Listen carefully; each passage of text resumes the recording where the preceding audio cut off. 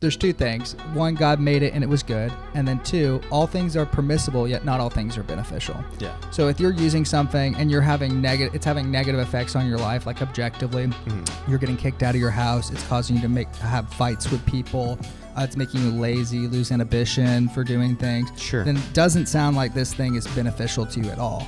And I think that means, okay, you should examine that, and then you should sacrifice it. And if it's too hard to sacrifice it because of the use, same reason we don't drink it's an in idol. front of somebody who has an issue with drinking. Right. Hey there, welcome to the Ethan James podcast. I'm your host, Ethan James, and this is my good buddy, Ben. Say hi, Ben. How's it going? Today. Oh, yeah, do a little intro of yourself. Who are you? We made it. I'm Ben. I'm Garner. Ethan. Yeah. I own a tree service, Alvin Tree Service, in South Houston area. Well, more relevantly, you have a seminary experience. I went to seminary for my undergraduate degree. I started a master's in theological studies, and then I also did an unaccredited master's degree through Reformation Seminary in Arizona. I've worked in ministry for I guess it's kind of, I don't think it's obfuscating to say 10 plus years, 10 years, you know. Yeah, I was at different positions, worship pastor positions mostly. But I have done a bit of teaching and preaching. I'm younger. I'm 33. You got a good mind and you use good logic. I think that's probably one of my better qualities. Yes, I'd agree. And we have actually, I think we pretty much already came to agreement on this subject, but we are coming at it from two different ways. What we're talking about today is marijuana, its usage. It's being banned in Houston currently. The devil's lettuce. The devil's lettuce, as some would say, yes. Yeah. Well, so it's interesting subject because 5 years ago, if you had asked most Texans, would we be legalized or not, they would have said it's legalized. And so what has happened is whenever they legalized hemp production, they found that a lot of retail places started coming up selling a variation of marijuana, through the THC, the Delta 9, Delta 8. It's a slight change of the structure, so there was a loophole for it. So what I understand is it's synthetic. It's synthetic, yeah. Anyway, it's been tampered with. You know, it's still hemp derived, right? It's not like marijuana that you grow in a pot and then crush it up and roll it and smoke it. That's right. Yeah, right. Yeah. It's been tampered with. It's gone through a laboratory. They've extracted it. There's many ways to extract it. I know one of them is through coconut oil. You do it through different oils. So however chemically processed, they have extracted it. CBD was a big thing for a second. It's still a big thing, but I think that's still going to be legal even under this. I don't know actually. Based off of just what it was saying, I mean, yeah, it's what they're doing is they're banning the sales of it, and so it actually one of the reasons why they legalized the hemp production is for textiles actually, and so.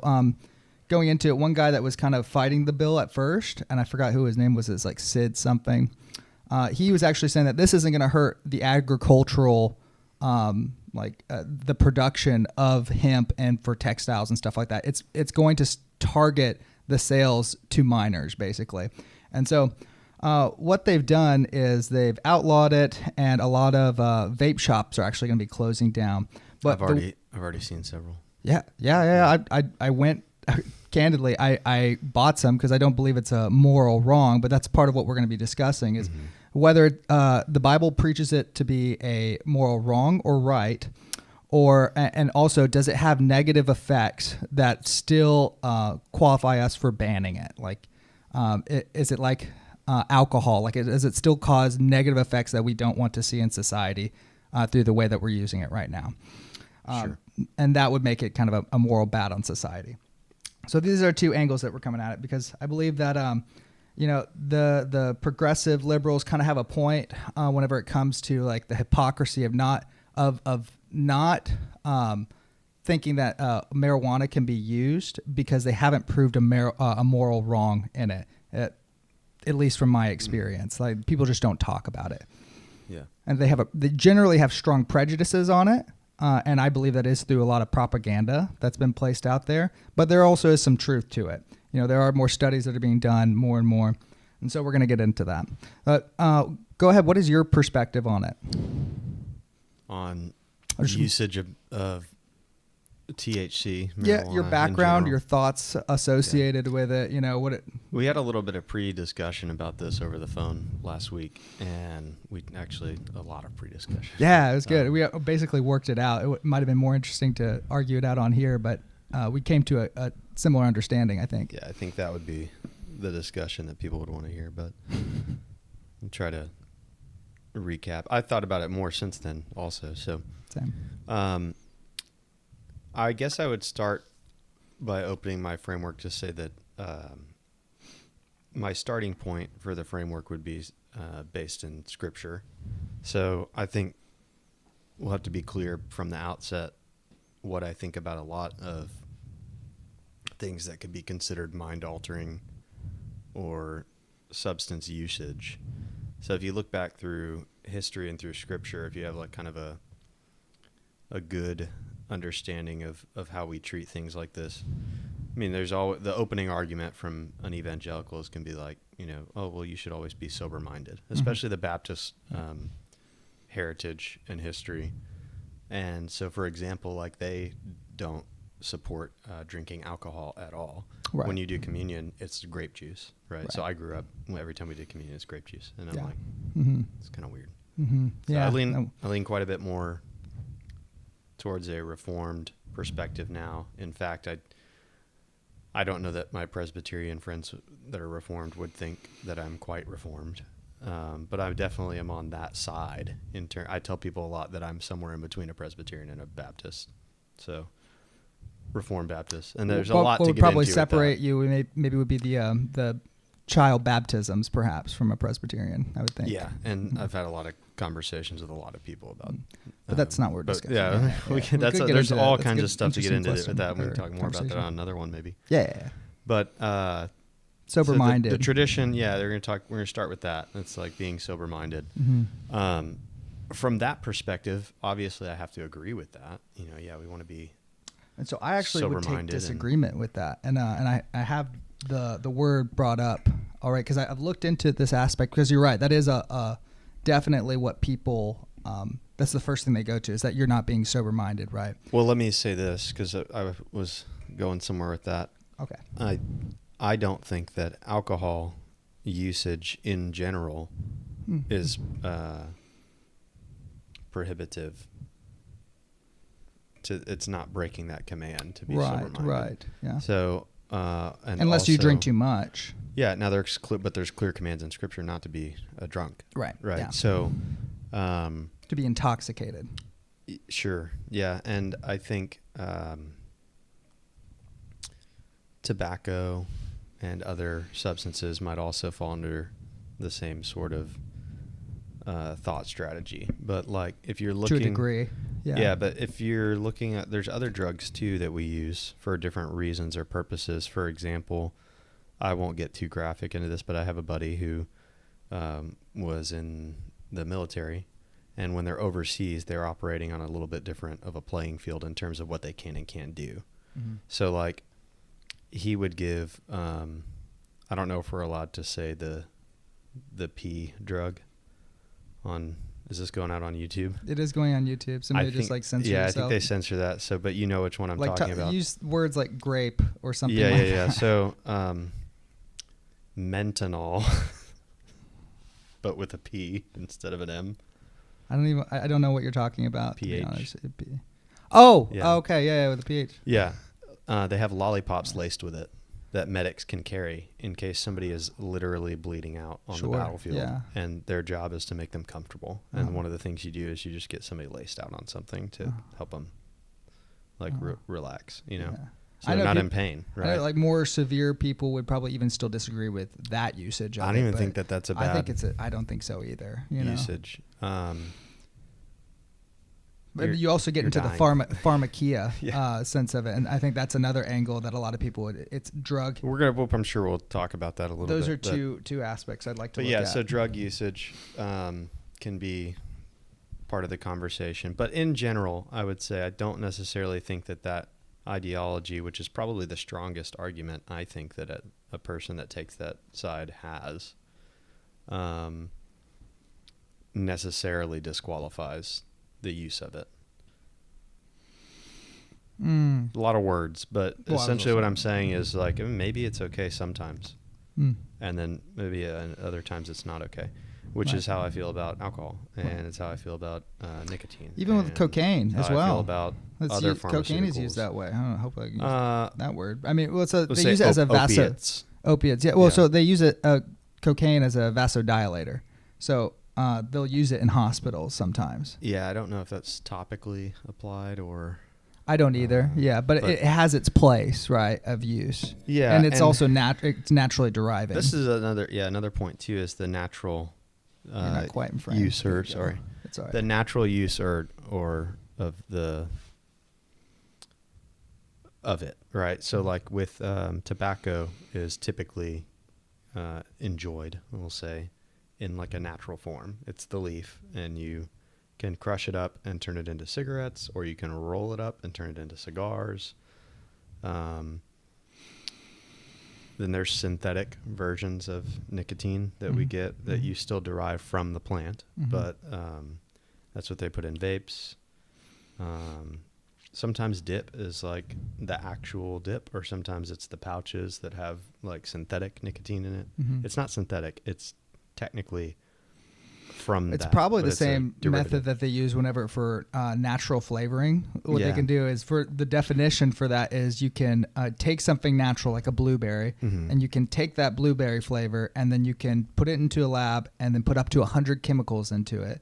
And then it's still called natural flavoring. Right? Yeah, so that's crazy. So when you start doing crazy things like that, that's when you get all these weird side effects and people... Chronic illnesses, chronic inflammation. Yeah, because I think people enjoyed tobacco for many, many years without very many adverse effects. And same with alcohol. I mean, people have been using alcohol for a long time. Right. But it has a lot more uses than just...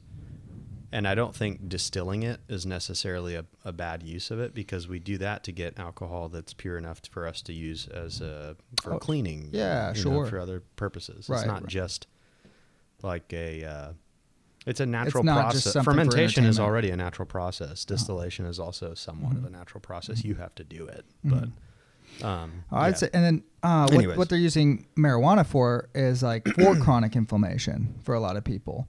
And so like chronic pain, that sort of thing. And to me, there's not much of a difference for somebody that is going through chronic pain, that is like having to deal with basically what society has put on people with food, causing all the chronic illnesses, all that sort of thing, that it sort of helps mitigate some of the effects from that, and then can help you maybe help restore your body into an equilibrium. Yeah.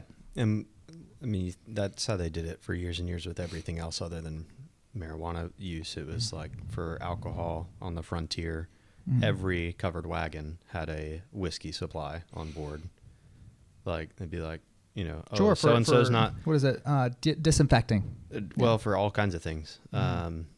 It was also like a pain reducer, right? So it's like they didn't have ibuprofen. So if your elbow's in severe pain, but you got to drive the cattle, what do? Well, they would take a shot of whiskey. Like, I'm not sure that was as effective as ibuprofen is today. Apparently today you can operate a motor vehicle fine with a single dose of ibuprofen, and it's over the counter, so it's legal. Sure, yeah. But not so with whiskey. If you have a shot of whiskey and you're over 0.08 in Texas, you're DWI. Right. Yeah. So how much of it is like the chemistry and those laws that we make, like as a society, have a lot to do with studies and like the actual effects. And I know you want to get into that too. So yeah, a little bit. We're obviously not like trained scientists, but we can look at data and kind of make inferences from it. And so one of the things that we had a disagreement of is that I didn't believe that they had proved that driving under the influence of marijuana actually increased accidents. Like I was arguing, well, it could perhaps have the other sort of direction on it. Like people might drive safer, And I've heard that argument. if you want to get into it a little bit. Well, I want to ask you this. Do you think that we should go into the moral objectivity of it first, or do you think that we should go into do we think that is a good idea that it's banned? Like the after effects. Well, I think we just explained a lot of the moral aspect. We did, but we didn't actually make any judgments on it. Yeah, my judgment on it is not so much a moral, because remember when we talked on the phone, and I'm still kind of sticking to it now, I don't necessarily think that the moral aspect of usage in general is right or wrong. I think it's kind of amoral. Sure. And a lot of Christians would argue with me and say nothing is amoral. It's either moral or immoral. There's like multiple views on that. But sure. Even like with what we're talking about with drinking and how something is used, right? But I know a lot of people who would agree with me that almost everything is amoral. It all has to do with the position of your heart. I think that there is a true right and wrong, but there's only so much that a person can understand at one time, right, to where you can't tell. So right? But a good doesn't example, mean that we can't come to that understanding. Great example is murder is wrong. Right. Right. Mm-hmm. But self-defense is okay. Mm-hmm. And actually probably really just. Mm-hmm. Yeah. In certain circumstances. Well, even the Ten Commandments says thou shalt not murder. It's still more the taking than of a rather. life. Yeah, but it's not exactly thou shalt not kill, because otherwise right. Christians should be vegans or vegetarians. Isn't wrong or right. Right. Mm-hmm. It's murder when it's wrong. Right. And it's just if it's self-defense or protection, I think that has to do with your heart and also the action itself. The action, the heart. And so I pivot the same way with recreational use of almost anything, which would be, well, it depends. So you don't dislike the idea of marijuana use for recreational activity? Personally, I think there is some science that you can get into, which we were talking about a little bit, and we could talk about that a little bit. Yeah. I don't think that it's necessarily. Well, I'll be frank and clear. So, have I smoked weed before? Yes. So yeah. I made that. I can count on one hand the number of times. Okay. But there's people that I know back in junior high and high school that would smoke every day. Mm-hmm. This is obviously an addiction and a vice, and like they're using it as a coping mechanism. Sure, some kind of coping mechanism, yeah. Right? Or self-medicating. And so, which, I mean, the self-medicating doesn't necessarily have to be bad, but you also still don't know what you're doing. I don't know what qualifies as heavy usage for any of these things, Yeah. There's an obvious point. Yeah. For all of it. Well, that's whenever I was looking at these studies about driving, it wasn't so much that they could tell because there's so many extra circumstances that come with natural, like the natural situation of driving and where you're going and regular users. But they were able to tell that the more marijuana that the higher dosage you use, the more you were to lose your motor skills. And I agree with that because it's the same way that alcohol works. Yeah. So if you think about usage, the line has been crossed when you have a friend who every time you come into contact with them, they're drunk. Sure. Right? This is the obvious. Like, it's like, okay, so if I have a friend who every time, and everybody knows who I'm talking about. What if that every time that he's using it is because he's in chronic pain? I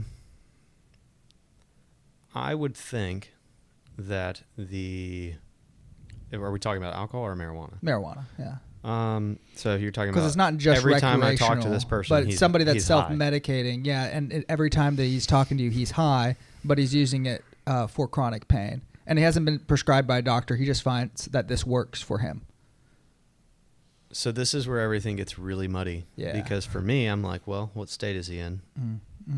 Because for me, in some states that's legal, and in some states it's not. Well, so yeah, the legality comes into it, because for me, I stopped smoking weed whenever I became a Christian because it was illegal. I was like, okay, I want to be a good citizen. I don't really see where there's a problem here. The line of morality is crossed for me when it meets like the letter of the law. Yes. So if something's against the law and you do it, even though it might be morally it depends also that it's not a tyrannical law. Good.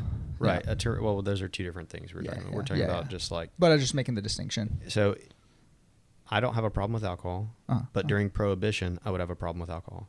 because it's against the law. If you're doing alcohol. But would you say... Doing alcohol. But you also said that you agree that you think that it was a good idea for them to ban alcohol at the time. You mentioned something like that. Possibly. Yeah, sure. Yeah. Like that they needed some time to sort of regulate this stuff. Yeah, if they need, the thing, I don't trust politicians outright. You know this because you know me very well. I don't think a lot of people have do. a great distrust for most politicians. Yeah, I think you're not alone on that. But leadership is God ordained, and Amen. if they God sets them up.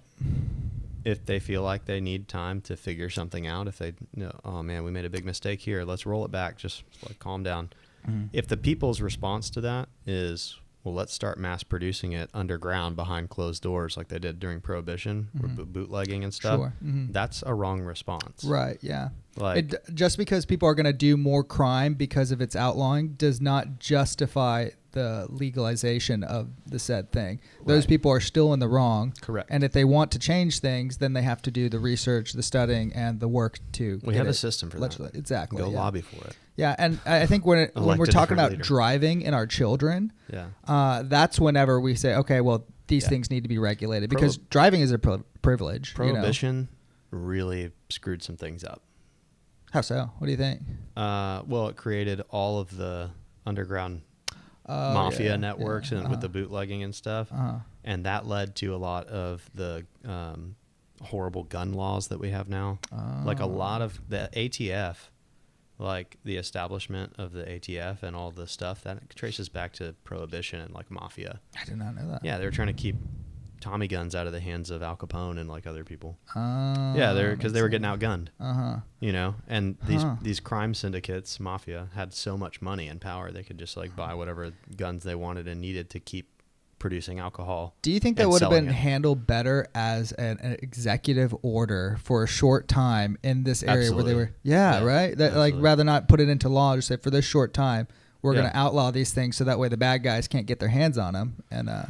I mean, it's really difficult, I think, to quarantine something like that because how do you get everybody else in the nation to stop doing it also? Let me backpedal just a hair. Sure. And we're getting a little off topic. That would have been better than handing over congressional power to a unelected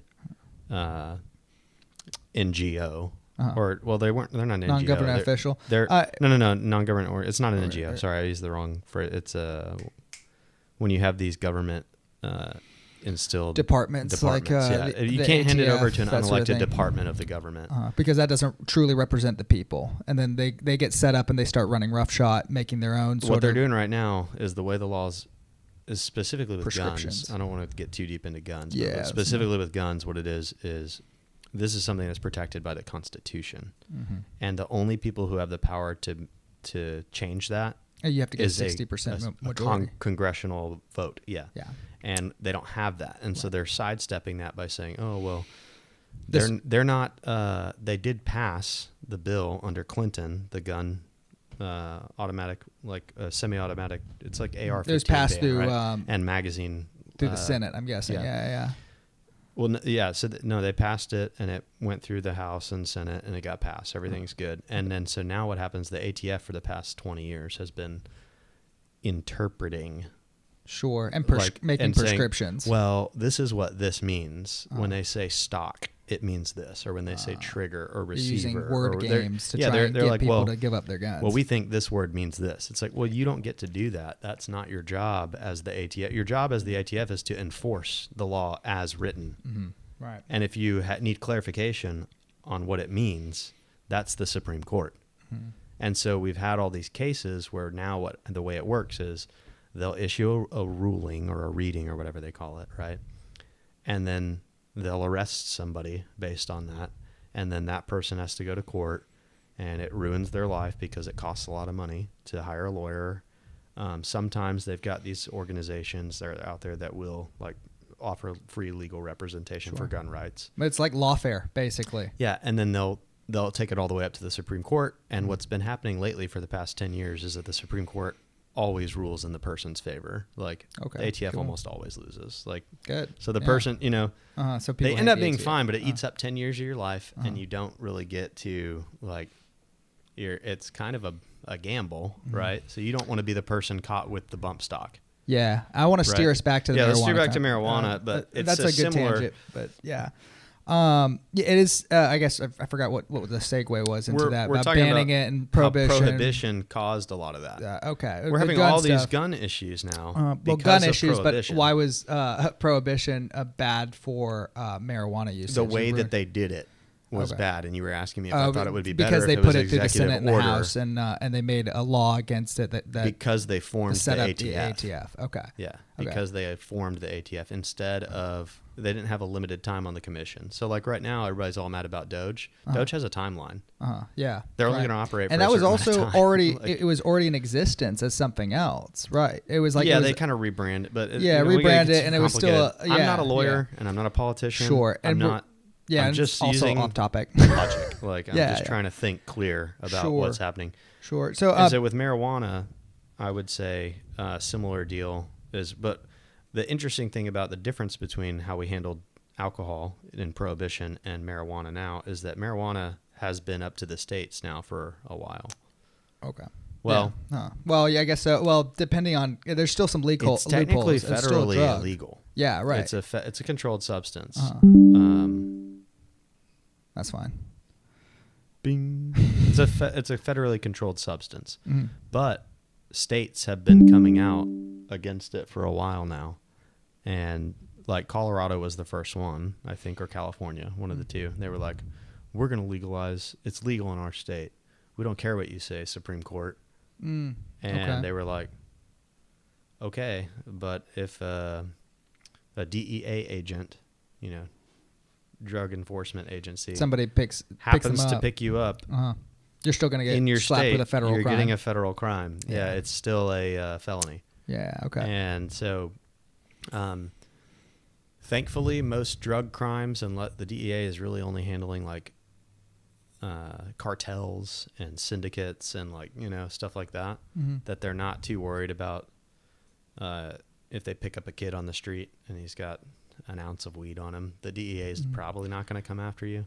See, And the state knows that, so they're kind of like, well, they've been very lax on it, and then they just don't prosecute it. Yeah, That's basically if they find any weed on you, unless it looks like you have a selling amount. yeah, if it looks like you're trying to run an operation, Then they got you, or they'll take you in or write you. But if you have weed on you, so the ruling in those states is, if that's you, if you're that person, we're not going to call the DEA. We're just going to charge you under our law, how we would charge, right? okay, sure. And that's their jurisdiction And anyway. I think. whatever their law is on the possession. So if they say, well, you're allowed to have this much, now it's state law. So now you're almost never going to get in trouble. And we see a similar thing with the guns. Like Texas passed a bill where if you have or before they passed it, the ATF, if you get caught with a silencer suppressor, you're in big doo-doo, federal crime, Then they legalized felony. that recently, right? Texas legalized it to an extent, but nobody has tried it yet, so it hasn't been challenged. I think people are. I mean, when do you really need a silencer? Well, the penalty for anti-op or drug possession is much lower than the penalty for federally than something that falls under the weapons acts that have been passed. Okay, So, interesting. Yeah, I mean, we're talking years and years in It's prison. just a fundamental massive right to have a fines. vehicle, to have a gun, right? Versus have the freedom to use a controlled substance. Let's talk about why they banned it. So they banned it. You guessed this, and I was whenever I first heard about it on the news, my mom asked me what I thought about it, and I said I don't see any moral right or wrong in it. I think that when we look at the biblical points about it later, I don't see why they did it. I'd like them to put forward some reasoning and studies. I didn't really see that. But I didn't look too hard. It's just what the news was telling us. And so I looked up what the reasoning was, and it looks like it was because a lot of kids were getting a hold of marijuana. And and basically, you should tell your story about what happened. Well, we were with your just talking nephew. on the phone. You were like, "Hey, so I don't know why." Yeah. And you were like, "Maybe this, maybe that, maybe this," and I said, "I think I know exactly why." Yeah. What I've noticed, because I'm old enough now to have seen things come and go and change and this and that, right? When I was 18, buying cigarettes was legal, right? And there weren't a lot of smoke shops because vapes didn't exist. Sure. So I watched all these vape shops pop up out of nowhere. I don't know what it's like in other states, Well, There's I've a seen lot it. in Texas. It depends on the state, but I've been in other Houston. states where they're everywhere. Probably a lot in Colorado. Dispensaries everywhere. In Texas, it's like insane. It's kind of like in Colorado when they legalized marijuana, the dispensaries just popped up overnight. They're everywhere. Yeah. You can't drive 2 miles without seeing a dispensary. Like Right. in Now it's Colorado. kind of like that here. And I've been there a lot. Oh. Well, they're not dispensaries, vape No, shops right, everywhere, vape and that's specifically supposed to be for nicotine. Mm-hmm. But what they did was a few years back, they passed that House bill in Texas where they changed the legal age for nicotine, and they raised it to 21, and they also legalized a lot of different hemp stuff. Okay, that was at the same. It was the same bill, I believe. Don't quote me. I could be wrong about that, but it happened around the same time. That's what I'm saying. And so what you saw was all of a sudden in gas stations right next to the vapes, it was like, and it's always right in the front. Like every time you walk in right before you're checking out, you're just looking at it's obvious, right? Yeah. But next to them, I started seeing all the Delta 8 products and Delta 9 products. And you bought one thinking it was a vape pen, like just a regular vape pen a long time ago, remember? Yeah. That wasn't good. I was like, oh, just for funsies. And then, anyways. Yeah, don't need to get into that.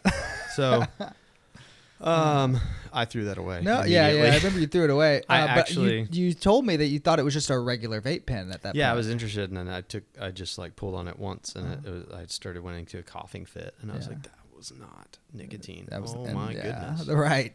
And you're like, I should almost have done that. Died. Yeah. Yeah, you were totally fine, but yeah, it was definitely, you were surprised. Yeah. So, but yeah, it's always right there next to it, and I saw this change happen. It was like overnight. It seemed like it was. Yeah. Well, they started coming up. You'd see them everywhere now. Everywhere. Mm-hmm. And the thing is, in Texas, they're not as strict about this. I'm not sure if it has to do with how the laws are written, but I don't think you can actually get in trouble for selling anything you're not supposed to a minor, unless you know that they're a minor. Right. Yeah. It has something to do with the way the law is written. But in most places in Texas, if I walk into a gas station and buy a 6-pack of beer, right, I'm not going to get carded. Right? Mm-hmm. I looked 21 at least, right? Yeah, right. You got a beard. But even before I looked 21, they would just say, "Are you 21?" Mm-hmm. And I'd say, "Yeah." And they'd say, or I would say, "Yeah, I'm 23." And they'd say, "Okay." And then they'd say 23 or well, back then it was like $9.99 for, or even less. It'd be like $7.99, $8.99. It depends on what it was. 4 or 5 years ago. Beer was so much cheaper before COVID. With tax. Beer was cheaper before COVID, yeah, and before the Bud Light big thing, the scandal. Oh, okay. Bud Light used to be the cheapest, and then when everybody quit drinking Bud Light and switched to a different, like cheaper beer, like say Coors or whatever, Coors and Modelo and all the other beer that's.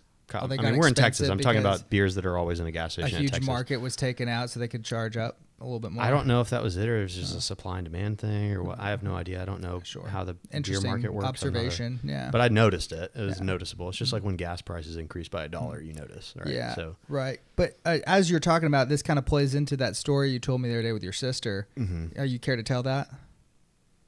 Oh, well, I wasn't going to say who it was, but I can bleep that out. We'll see who's watching. Yeah. I don't think it matters too much. I'll say I have a family member who shouldn't have even said that. Whatever. I'll lay it out. Basically, I know a person whose mother has a son who was a minor and went into a vape shop. I was getting to this part. Right. But what happens is, with the way the laws are written so lax, a minor can probably pretty easily walk into a vape store and buy anything they want, regardless of the age that's required. Right. And you are it definitely happens because the age to smoke nicotine or vapes, which were coming out around the same time, right? They were getting real popular. Was 18. So you have all these kids that are addicted to nicotine.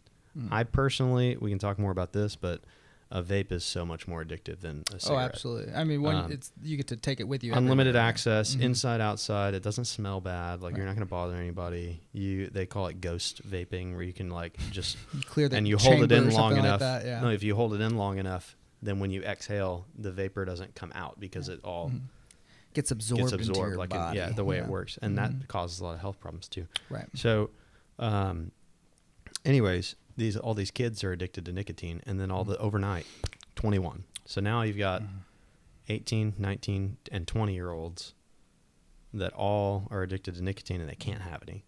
What are they gonna do? They're gonna try to get it somewhere, right? Yeah. So what we found out was vape shops are really easy to get it because there's so many of them popped up overnight so fast. The police and like agencies that do that sort of thing where they like keep people from minors from buying things they shouldn't buy, right? Yeah. Boom, like overnight, really quick. They're overwhelmed. They cannot control all of these shops and all the gas stations and all the whoever else sells whatever, right? Sure. Yeah. It's like a nightmare in terms of if you're trying to enforce law. Right. But I'll tell you what, that this law put a lot of vape shops out. So candidly, as I was talking about it, before they banned it. They're going to start, now that it's a law, they're going to crack down on it. Right. Right. So, well, I mean, even sometimes just because there's a law doesn't mean you got to have prosecutors that are willing to prosecute. I think the reason is the majority of people that are doing let's say a vape, if you own a vape shop, right? The majority of your sales are probably coming from the Delta products. And that's what I was going to get out of it. Yeah, because there's so many of them. Well, it's a huge part of their market. And so right before they banned it, I was like, you know what? I'm going to get me one before it's gone, and then I can no longer buy it legally, and then I'll just be done, you know? So I went to a vape shop, and I started talking to this girl about it, and she was telling me, she was like, yeah, we're actually shutting down our store soon, so we're selling all of our THC products. Buy 3 get 1 free or something like that. So like they had a bunch of deals on it. I was like, oh no, thank you. I just want the one thing or whatever. And I talked to her about her boss, and she's like, yeah, he never shows up. He's just kind of a sleazy dude. He drops off products and yells at us. And she was telling me, she was like, yeah, he doesn't really card or ID either. Like, you know, most of the time she didn't either. I asked her, I was like, just out of curiosity, how old do you think I am? And she was like, 25. Well, thank you for the compliment. Yeah, right. I was like, even with my beard. No, so it's just really interesting talking to her about it because she was like, yeah, we're going out of business because this is like 60% of how much where our revenue comes in. And I was like, yeah, because I mean you can get a vape cheaper at a gas station, you know. So vape shops aren't really selling vapes there unless you're a vape connoisseur, you know, and you're looking. Well, they had the way that it used to be back in the day.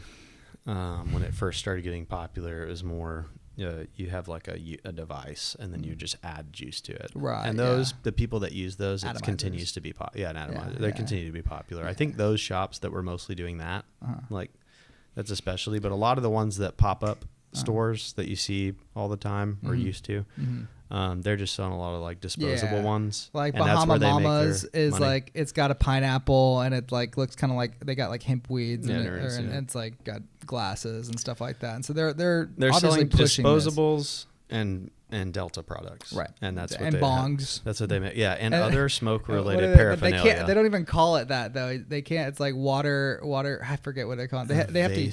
Like, cause they sell crack pipes there too, but you go. No, you can't call it a crack pipe. No, it's crazy because in a lot of states, that's called drug paraphernalia, right? And it's illegal, right? To even have a crack pipe on you. I think it, but yeah, exactly. And it's not even. It's still legal here too. I think it's just they call it something else. I forget what they call it. Well, sometimes if you have a drug on you, and the usage device for it together, that can be a crime. But if you only have one or the other, it's not. You know, depending on the state and the way the law is written. Okay. So, anyways, it's just interesting. You go in there and you look around if you've ever been in a vape shop, and probably maybe some of our listeners have never been in one, and that's okay. You know, good for you. Yeah, right. Exactly. But yeah, if you've never been in one, if you walk into one, even, you know, you observe, it's not like a vape shop. Like they should name it something else. They should name it like smoke shop. Oh yeah, you know, which is what they used to be, right? Yeah, it's some still go by that. old right? school smoke shops, and there are those have been around for a long time. There's smoke shops where you go in and they'd sell all kinds of things, and they just have different names for them. That's not the paraphernalia name. Yeah, right? I got stories about that, but yeah. And they'll make up something else that it does. They'll say, "Oh, this is for this is an herb grinder." Sure. Yeah. You know? Herb grinder. Yeah. Yeah, it's for grinding oregano. And this is for smells. This is for like is a scent product. Well, remember when they had salvia? I think that's what that was. It's like you weren't supposed to inhale it. Yet kids started doing it. Oh, it's like an incense stick. So bad. Yeah. Or bath salts. Bath right? salts. Oh, yeah, it's a bath salt. Yeah. Put it in the bath. No, they're like smoking it and snorting it and all. Right. Yeah. Eating people's faces. The zombie apocalypse. case. one guy eats a face, and now we can't smoke bath salts. What's up with that? I'm just kidding. So yeah, it's all crazy stuff, man. I think the point to what you were getting at though is this is the reason that they're banning it is because Kids. It's just being the sold point of the story to minors at an alarming rate. Right, and the police I suspected that family member had no recourse. Yeah. Whenever it came to calling the police, and like, There's nothing. The police said there's nothing I can do about it. You know? Right. Yeah. And they're like, well, I have the receipt right here. I can show you that they sold it. Like I have access to the bank account. See, look right here, $24.99. Right. You sold him a vape. Did you ask for his ID? Oh yeah, we card everybody. No, you don't. Mm-hmm, mm-hmm. Yeah, it's kind of like because he doesn't have an ID. The P word. Yeah, it's like P word sites. You know, it's like, oh yeah, are you over 18? Okay, yeah, just click this box 18. Says you're over. Yeah, I'm and that's really what it's getting to. It's like, oh, you say you're 18, you say you're 21. Oh, yeah, cool, yep. Yeah, okay. Sure. Yeah, I don't know what this is doing to you, but whatever. And so I think that's when we came to the same conclusion is I don't believe that the case has been made for it to be morally wrong, which I'm going to get into that I think that's morally wrong. Oh, yeah, that's morally wrong for sure. Yeah, that's illegal. You know, it's a subversion of the law. Mm-hmm. That's not what I'm talking about. But I think we both agree that it should be banned, right? As it is, as it's working right now, because we don't know totally the effects it's having on us. Mm-hmm. Where kids are getting a hold of it. They police the sale of alcohol to minors. Supplying alcohol to a minor in the state of Texas is a very serious felony, I believe. And we're equating it to alcohol, but what's to say we couldn't equate it to like coffee? Because coffee is a psychoactive stimulant that everybody uses. And it can still cause incidents. And we talked about this on the phone too. So I would rank certain things in order of potential threat to society based on the effects that they cause. Caffeine does not have any serious well, I mean, we're all on it, so we're all on it. Yeah. So everybody's addicted to caffeine. How do you? So. But the thing is, how do you know that? Because everybody's on caffeine, that we're all go, and we've like pushed society into a place of like urgency. Where we're urgent all the time, heart rates raise, and that's why people are killing each other. Heart attack. You don't really know. I mean, it's what you allow. There's no overt. Side effects is what you're getting at. I think. In a lot of these things, you're going to see my logical brain. I'm just going to take a step back. Mm-hmm. And I'm going to say, okay, no, let's just we don't need a study. This is basic logic. Not to figure out what this thing does, right? No, we don't need a study to see that caffeine is not as bad as alcohol as a drug. Sure, we don't need to and weed. Well, this is the contention. This is marijuana. We don't know per se exactly. Is not as bad of a drug as alcohol, right? Perhaps, yeah. That's my contention. I think it's further down the scale. I think and then so beyond too. that, opiates are worse than. But marijuana. Even so, we don't even know per age, right? Like, because what if weed was very much a no-no for people younger? Maybe there's an age where it's like, okay, 25 and up, it should be legal for marijuana. But you could make a case for that. Yeah, we can get into age stuff. We talked about that a little bit. But I was thinking back to that scale. You could make a contention that marijuana is not as bad as alcohol. Yeah, you could reverse those. Oh yeah, I could see bodily. Both. You know, we can't really tell what the psychological effect is. I think though, personally, and I would make the opposite contention. I would say no, it's the other way around. Alcohol is less damaging over time and heavy use. I disagree. The amount of that damage it does to your liver, like regular usage every day, it denies sleep. Yeah. Your brain can't rest as much on it. Like it hurts your body more than marijuana does. But the psychological effects, what we don't actually know what it's doing. It can. They're both damaging, right? But I don't know. I don't know that I'd agree with that. What makes it? No, the weed damaging. It can cause long-term effects. Long-term effects is not the same as damaging.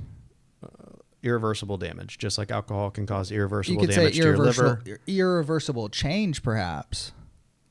But Well, damage. I don't think that's let's necessarily start the with case. alcohol. Okay. Well, Yeah. let me back up. Let's back up. So I'm just saying, and that's what I was saying. You can flip flop those. We can make the contention either way. We can argue about that.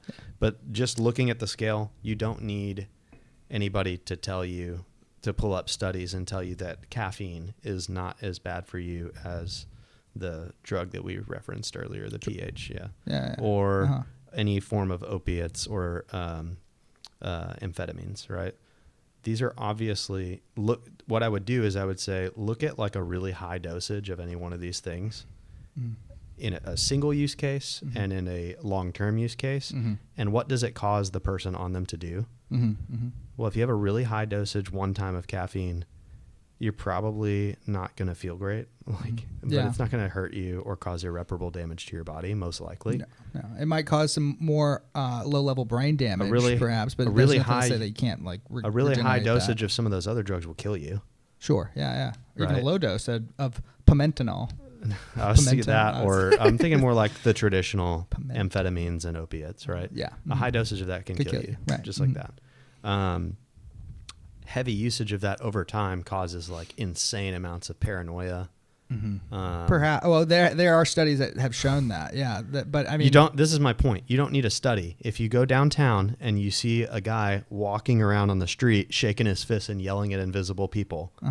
Well, I mean, that person probably has more extenuating circumstances than you can just put marijuana usage. It is drug I'm not usage. saying it's marijuana. I'm saying they're using something else. Oh, using something else. Yeah, and I agree with that. And I'm telling you, obviously that is not good for society for people to be walking around in cross traffic, not in a crosswalk, like screaming and causing, it's bad for them and it's bad for you. And well, it's bad for I agree with everybody, that, but right? what my mind is kind of going to is banning drugs going to fix that homeless problem. So heavy use of alcohol. I think legalization exasperates the problem, but banning it, I don't think is going to solve it either. But so now let's zoom back in on that. I'm saying you don't need a study to tell you that there's a long-term layer of complexity with given each drug. Okay. Yeah. Right. So any drug can be good, can be bad in the correct application and usage and amount. Sure. Right. And so we're saying there's a use case for opiates, right? I don't, and my wife would be very upset at me for this, but I'm saying could be a use case for it. I'm not saying there is, or I know what it is. I'm just saying. Well, I would go further a little bit and say that if God created it, then we come from a reasonable God. So there makes might sense that he makes be a things potential with a reason. use case for that, maybe. Now, opiate is used as a painkiller, right? Amphetamines does some other thing. It's basically caffeine, like supercharged. Yeah, right. Amphetamines, and that's chemically derived. That's not necessarily natural. Yeah, it takes a lot to actually make that. So, and all of these drugs are kind of I'm just saying in reference to controlled substances. Alcohol is considered a controlled, isn't it? Considered a controlled substance? Let's look it up real quick. Yeah, I don't Google think that. it is because it's controlled to a degree, so probably. Well, I guess controlled substance would be something that you can't possess without certain thing. Yeah, but that's not true. You just can't sell it. We still have prohibition laws. Like you can't make your own whiskey and sell it without a license. Yeah, let's see. You can make your own. Oh, by the way, we got the price back for the truck. It's $864 if you want to buy it back. Oh, sweet. Yeah. So a controlled substance is any drug or chemical whose manufacture, possession, or use is regulated by the government due to its potential for abuse to addiction. These substances are typically classified as different schedules or categories based on it. So let's see. Is alcohol one? You guys can chat GPT. Yeah. It's a good reference. It's on the lowest tier if it is, right? But that's to my point. Yeah, because you can get it. No, it's not classified as one. Well, but let's look Here's the back distinction. You want to hear that? No, it's okay. It's not relevant to what True. Okay. I misused the word controlled substance, right? But if you look at all of these things, we zoom back into I'm just talking about how we legislate these things, right? So there's virtually no legislation on caffeine. Yeah. Perhaps there ought to be. Yeah, sure.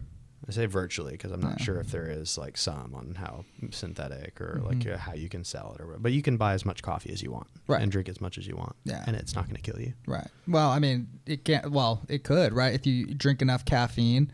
Like There's documents their hearts like, and this is the thing with heart energy drinks. Like there's a big scare with that. And there are documented cases, but usually those people end up in the hospital and the doctor's like, hey man, you got to stop drinking energy drinks.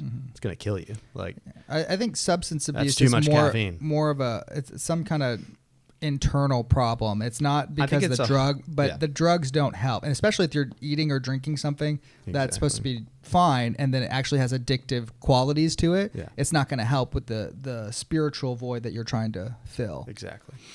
So I think if we zoom back into that with the alcohol and marijuana, how do we legislate? We both agree with the ruling here because they need to like fix some stuff. This happened way too fast and all this stuff came out.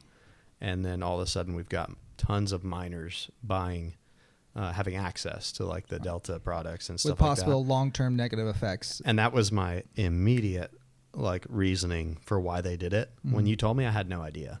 And I was like, oh, I know why they did it. They did it because there's too many 18-year-olds running around on Delta 8 and they don't want them to have it. Right. Yeah. I mean, that was not to get, we both personally know people that are of that age that were getting a hold of them really easily, even underage. Before they're age now, and then they were underage, but they were still able to get it. Yeah. So definitely a problem, and I think it's a great thing that a lot of these vape shops are shutting down because to me it's like it's just a trigger. It's really hard to get away from vaping itself. Like it's a really hard addiction to break. And then when you turn every single corner and there's a vape shop right there tempting you, it's like personal conviction is causing me to be impulsive. Yeah. Like am I making impulsive decisions? And when I'm holding this and I'm just like, oh, just want a little bit of satisfaction in a tube, and then boom, and then not only that, but you're damaging your temple. Yeah. You know. But I would make the same argument with the THC product. Well, that's why I wanted to get on. I wouldn't necessarily say that is damaging your temple. Maybe in the delivery of through vaping, perhaps, because there's like these metals and stuff like that, perhaps. But as for it, it's like damaging, no, and then also it doesn't have addictive hook like a lot of these chemical drugs, but you can get addicted to the sensation, the being in it, you know. And I wouldn't necessarily say that that's a bad thing because if it's causing a relief from chronic pains that are derived from like the American diet or whatever, then it is a good intermediary for kind of a self-medication, perhaps. But the thing is, we haven't proven that because it's really, I think it'd be kind of hard to prove. But there's lots of studies on it for CBD taking down chronic inflammation, that sort of thing. So I mean, I'm okay with medical use. I'm okay with medical use, and then also a controlled. What's the other kind of use? Recreational use. But if it's medical use, then it needs to be controlled in a similar way that we control other things for medical use. Sure. Yeah. I don't think it's as intense as a like opiate, right? Mm-hmm. But let's use another. You know what I think it's really similar to is nitrous oxide. Okay. This is medical. Well, it's actually not as controlled, but it's similar in how it affects you, right? Yeah. Like just nitrous oxide makes you high, but it causes. Well, it kills brain cells. It's like whippets, right? Yeah. That's like solid kills brain cells. I think marijuana does that too. I don't think so. And when you get to the point where it talks about inhibiting brain reaction, like it causes your brain to kind of slow down. I don't necessarily see that as a bad thing per se, because it's like, okay, what level of brain activity is a normal, healthy brain activity? And it being too low, I would just think you're perhaps more decisive, like time might be even slowed down for you as you're making decisions. And that kind of brings me over to the sober aspect of it. So let me pause you right there and say this is another one of the spots where I'm 90% sure that if I got a little bit deeper into the science of it, that I would find, and not like a confirmation bias, but I would just find information that agrees with what I think. Not because I know it's out there. Exactly what it is. But I almost in my mind, I'm just like, I just know that that's the case. Because if I zoom out, you and I both know people that have super long-term use of THC or marijuana. Well, I know lots of people, and a lot of them turned out fine. Well, I don't know anybody that uses to the extent of the people I'm talking about. But you talk to somebody, there's a reason we have a stereotype. To brain cell death, but it does cause stimulate brain activity in different ways than normal. There's a reason that the stereotype exists that the person that smokes all the time is like, well, stereotypes exist for all sorts of reasons, right? Well, yeah, there are those people, but how do you know that person isn't just more relaxed? You know, that they're more in tune with peace and not worrying about things, you know, and actually have some stuff figured out because they're slow. Well, I mean, being slow is not always a bad thing, though. Sam is described as slow but discerning. Yeah, when I say slow, I'm talking about stupid. Okay. Well, I mean, I don't think that is a fair characterization. I think it is a stereotype, and perhaps just for the people that are getting a hold of it, because it's been criminalized, and so the people that are going to get it are criminals, and they're the ones looking for the path of least resistance. So you are going to have a lot more stupid people that are high.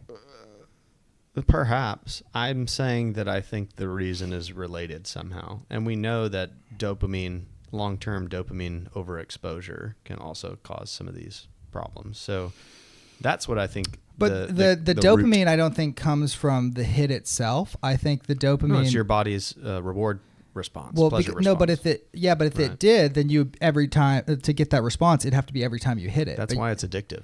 Well, no, but I don't think marijuana users hit their pens nearly as much as vape users would.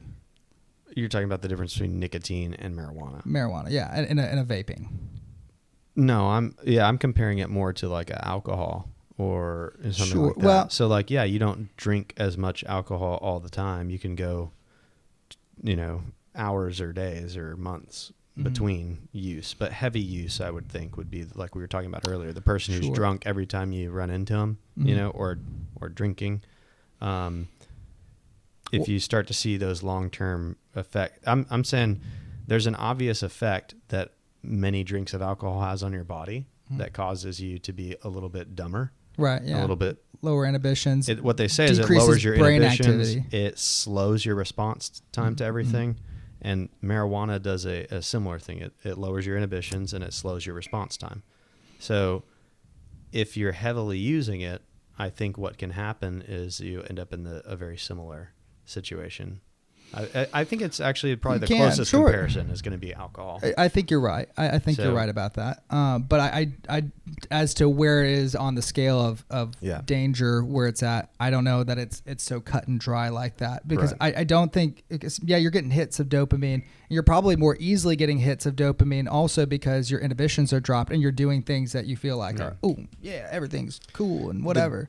The big difference between the two is that you can have a drink and not be high or inebriated, right?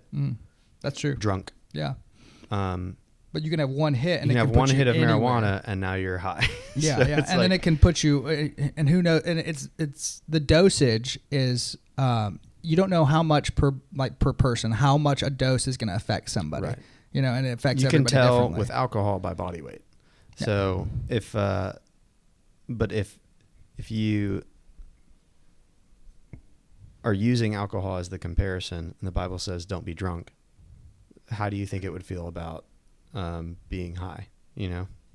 Well, so let's get into that. That's where I would kind of start asking questions. I'm not sure that I have talking about the sober part. That does, in its context, looks like it's talking about being intoxicated with something that causes you to forget the law or make transgressions against people. Yeah. And so there's like sobre, and then there's also sophon. And both are very similar. Curbing one's desires and impulses, self-controlled, temperate.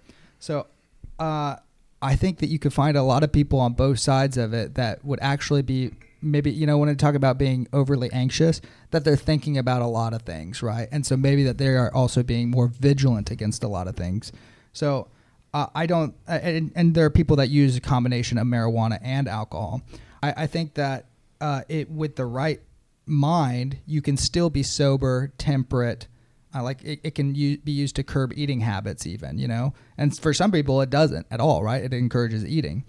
But I don't think that it constitutes as using, I don't think they had a weed problem. They had an alcohol problem that they wanted to curb when they're talking about in the Bible. And this is talking about intoxication, anything that is ingested as a poison that does something to you. So that causes you to transgress against somebody else. That's intoxication. Well, I would zoom out and just say, let's think about that. There's a lot of crime linked to use of alcohol, and there's a lot of crime linked to use of marijuana. But I mean, you'd have to.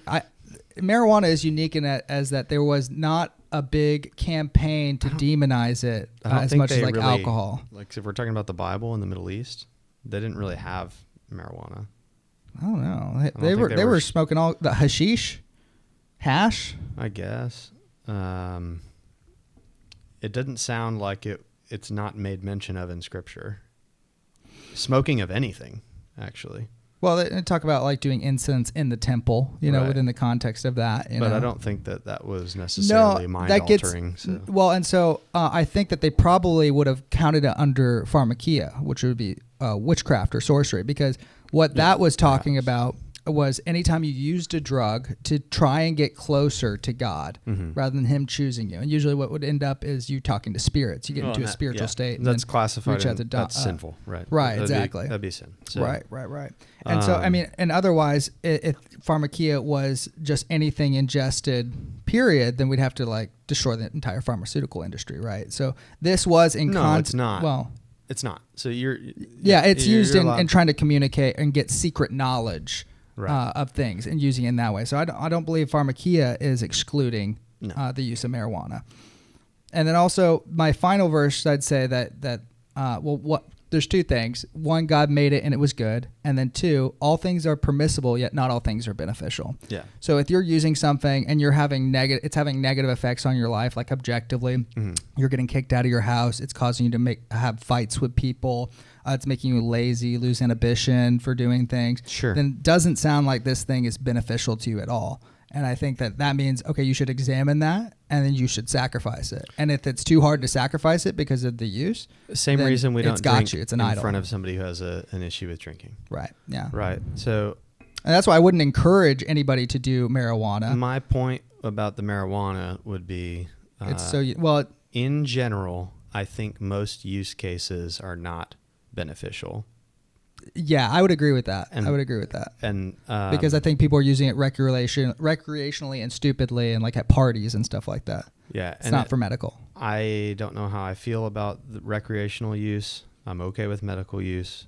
In general, I think it's less, I would say in general, it's probably not beneficial. But so we say permissible, but not all things are beneficial. Right. That's a really hard scale to measure things off of. How do you know if it's being beneficial, right? And I think these kind of like outside factors, what is the fruit of it, right? If you're on it and things are going downhill for you, have you tried sacrificing that and seeing if things turn around for you? That and I think that's for a lot of people. They stop smoking because it's associated with that previous lifestyle. Not only that, but also what do you go to first when you're having a problem?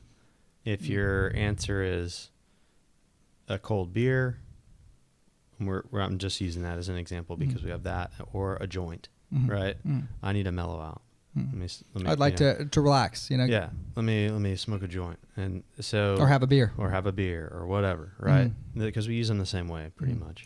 Well, you're getting into idolatry a little bit. If you're doing that instead of, well, let me pray, let me talk to the Lord. Sure, but I think idolatry also comes to the point where are you interpreting everything through the lens of I have to be high. Yeah. I need to be high. Let me phone a friend. It's not. You might see. Whenever I smoke marijuana, I actually pray more. Like it gets me in a more spiritual sense where I'm like, okay, I'm thinking of things under God more often. And for me, it's like, okay, well, if I'm praying more, that's a beneficial thing. But do you pray first and ask God to give you? Actually, when I first started using it again afterwards, should I do this? Yeah, right now? I've done that. Yeah, maybe some meditation is in order first. And I think it can get you into more of a meditative state.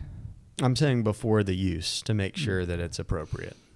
Sure. So rather than just doing it recreationally, Right. using it as that. yeah, that might That's a be good point. perhaps. Yeah. And yeah.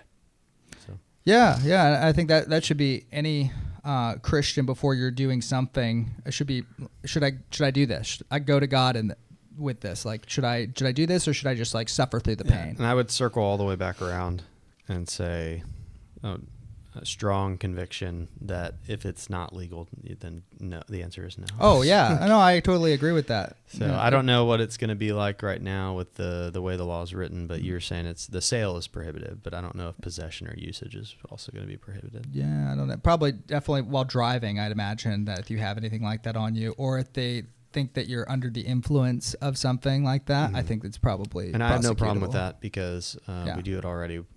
We actually changed the rule in Texas. They don't call it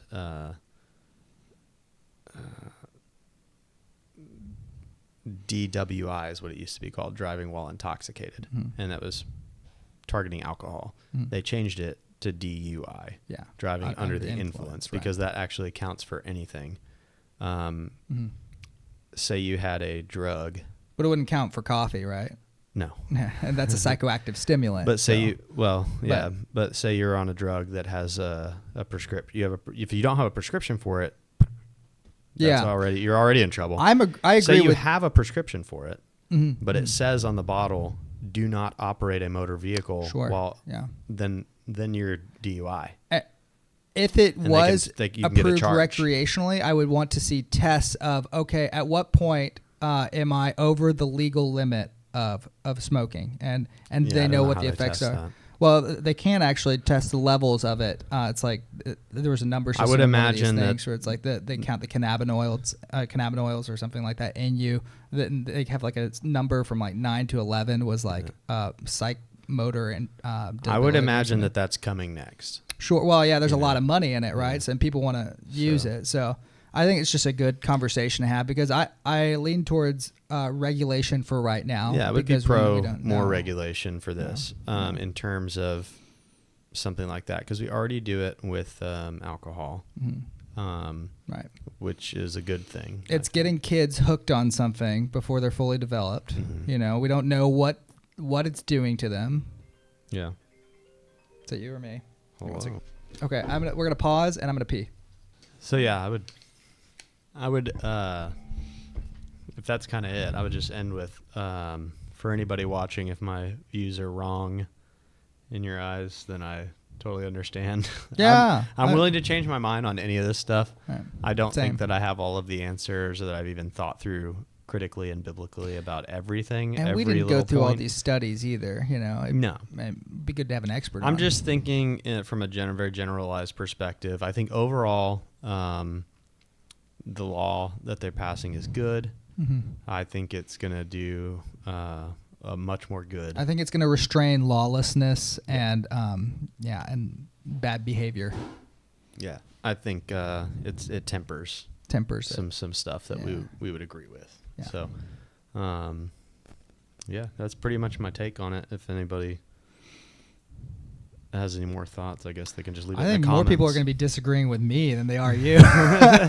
And I'd love to talk to people about it. You I know, think I'm people an would expert think on that it. I'm a little bit too loose on the subject. Probably, yeah. So, Probably. And, yeah, for myself, they're probably like, what?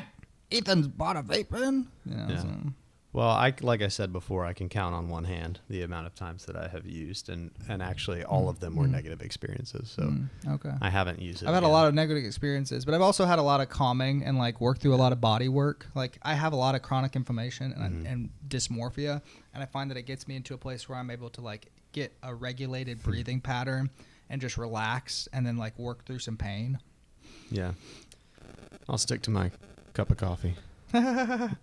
Yeah, One of our phones is if I making a don't weird if I don't thing. slow down and wake up a little bit and breathe, and I just start drinking coffee, I'm running into stuff. I'm causing more pain. I'm causing more trauma. I need to stop. I need to be still and know that the Lord God is in control. And coffee does not help me do that. It helps me go. You know, and I think it's a good use for that. But it's just like, you know, as we're kind of criticizing all these things that could be detrimental, that are not actually beneficial to us. Yeah. You know, We need to. I don't think that vigilant it's for that. I don't think that it's racist, xenophobic. Yeah, we got that on Google. That's crazy. The banning of marijuana in Texas for use has its roots in xenophobia and racism. It's crazy, man. We had a problem with hashish. Lack of scientific basis. It's like I said earlier. It doesn't. You don't need any data. That's to even a suggest to you different that Google AI prompt than I got last time. It actually told me, like, I asked why they did it, and it gave me like a broad overview of the arguments made about it. But this time it just said it's rooted in xenophobic and racism. So I'm like, we should screenshot that and be like, Google, what's going on? I think the data to suggest that is going to be pretty subjective. Yes. Whereas what I'm pointing at when I say I know exactly why they did it, Uh-huh. it's because 18-year-olds were getting it and they didn't want 18-year-olds to have it. And Yeah. so that, And that's a good reason. it's good enough. Yeah. I would think that's the moral. I don't think that we should just ban something high because ground. it's good enough, but with good reason, right? And I think that banning it was good reason. If we were having a problem time with 18-year-olds getting their hands on alcohol to the same extent, and the places that are selling kind of alcohol. do. Well, but it's not just anybody selling vape pens. It's specifically the vape shops and gas stations. Gas stations, yeah. But I mean, gas stations will sell it to underage minors too, but I think they're more lax probably with vapes because it's not like quite the same as alcohol. Well, I'll put it this way. If you're under 18 and you try to get into a bar, you're going to have a harder time getting into a bar. Yeah. Than if you're under 18 and you try to walk into a vape shop and buy a vape. Yeah. I think probably True. 9 times out of 10 you'd walk out with what you wanted. Yeah. But if you try to go to a bar and you're under 21, 9 times out of 10 you're probably going to be denied entry to the bar. They're going because they ID. Right. Yeah. And they become liable. It's and it's a people. stricter punishment if you get caught selling alcohol to a minor. Yeah. Right. You're in big doo-doo. Whereas what we talked about earlier, if you get caught selling a vape to a Delta 8 to a minor. Yeah, you can get away with it just fine. They're not going to do anything recourse. to you. Yeah, so. Which is wild. Yeah, so they need to definitely do something to curb that, and this is what they decided to do because the other route they can take, because we have the history of having it banned before. So they're like, well, let's just go back to that until we can figure it out. But they wouldn't ban alcohol outright if they were having that same problem. What they need to do because is we have a history of alcohol not being illegal. You see the difference? Sure, yeah. And we regulated it after that. Yeah. I think the other route that they can take is also prosecuting these places, like actually upholding the law. Well, and that's the point that I was making earlier. They can't. Well, not with that's why they're marijuana, banning but it. with alcohol as well. But I mean, now that they have it banned, if they were selling it, they can to and they minors, do with alcohol. We already have the systems and the laws say that they in place. allowed it later on, and if they or even before they banned it, what they could have done is crack down on these places that were doing it, and that way they'd have much more stringent practices. Mistakes were made. Yeah, Let's say that. Yeah, but let's think unintended consequences. We do have the systems in place and the laws written to where we can deal with the alcohol to sales to minors. We don't have that in place for marijuana, and so they said, "Hold on, whoa, let's just step back for a second, and kind of give us some breathing room, some evaluating time." Yeah, and I think that's and they'll good. figure it out, and they'll decide how they want to approach the situation. It's going to leave a bad taste in a lot of people's mouth that err towards the conservative side, like myself. To where we would just say, "Oh no, we're fine with it just being illegal forever." I could see that totally happening, and I'd be okay with that. Yeah, it doesn't bother me. I don't need it. It's nice. Yeah. I think it's like a beer for me. I'll give like an that. example because I drink beer and wine and enjoy other alcohol and stuff.